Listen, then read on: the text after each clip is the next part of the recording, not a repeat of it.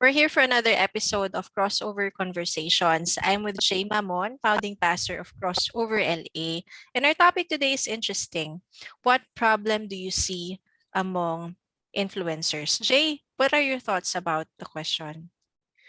Thank you for asking me that question because honestly, the driving force or the motivation behind starting crossover is really the heart is the influencers. Who are these people? They are more influential, like in the word in itself, slash creators. There's about 8 billion people around the world and only 500,000 creators. We're barely scratching the surface. And each creator, there's dreams, there's hopes, there's failures, there's pain, there's suffering, family issues. And even though you would see them on videos as like, wow, nice, perfect, because that's what it meant to be an influencer, the challenges that they face is so you might think that they're like in there. It practically they recreated the word entertainment and they recreated the word um what you call this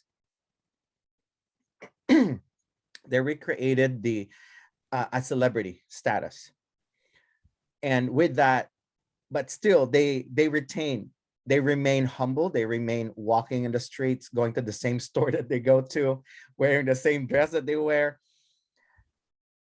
and hearing their stories. um it could kind of grip your heart. It's like because they became a product, people would just look at them as a product. And man, they have emotion, bro. They sometimes they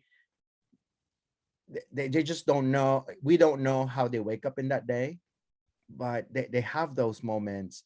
They struggle with the same struggle: depression, struggle with loneliness, struggle with lust, struggle with family issues or relationship. And hearing this through the years that I was in LA, hearing them sharing their heart, it's like, wow. There's this one guy actually that I actually said, it's like, well, I actually thought you live a perfect life, because that's what the video says. I Mhm. mean, that's the point of influencers. But when you start hanging out with them, hearing their what breaks their heart, touches their heart, um it's just beautiful. There's this one dude that I was hanging out with. um Before, he was homeless, he was a nobody. I met him at when he was busting tables, and Mhm. he was just starting a dream. Of course, after 7 years of not seeing the guy, I did not know what happened to him. I just didn't see him personally, but he ended up becoming big online. Mhm. And we had a good time having dinner here. We invited him and his girlfriend, and just listening to him, this thoughts. Before, it was just a dream, and now he's still dreaming. We don't stop dreaming, and he's not. But things that he was sharing, how he struggled from that part of life, that I saw it, actually. I witnessed it. And now where he is at. I said, and how God is so good, because I've been praying for the guy since I met him. And his plumber, can you imagine that? Shared the Mhm. gospel to him. Reminded him about Passion of the Christ. He watched the movie, and we started an online discipleship, one-on-one discipleship and counseling that we do. Just hearing, listening, and just talking. And for whatever reason, there's one question that he asked me. He said, how can I share Jesus Christ in my post? If Mhm. you I was when I read that message, it was like, I don't know, because there's no connect. The world that he's in, to his faith, there's no connect. But I that's one of the problems that we have, because a lot of times we can compartmentalize things, and you thought everything is great, but really there are people that shares what we have as a human being. So that's where we could have this we can have a miniature focus kind of um kingdom mindset reaching out these influencers.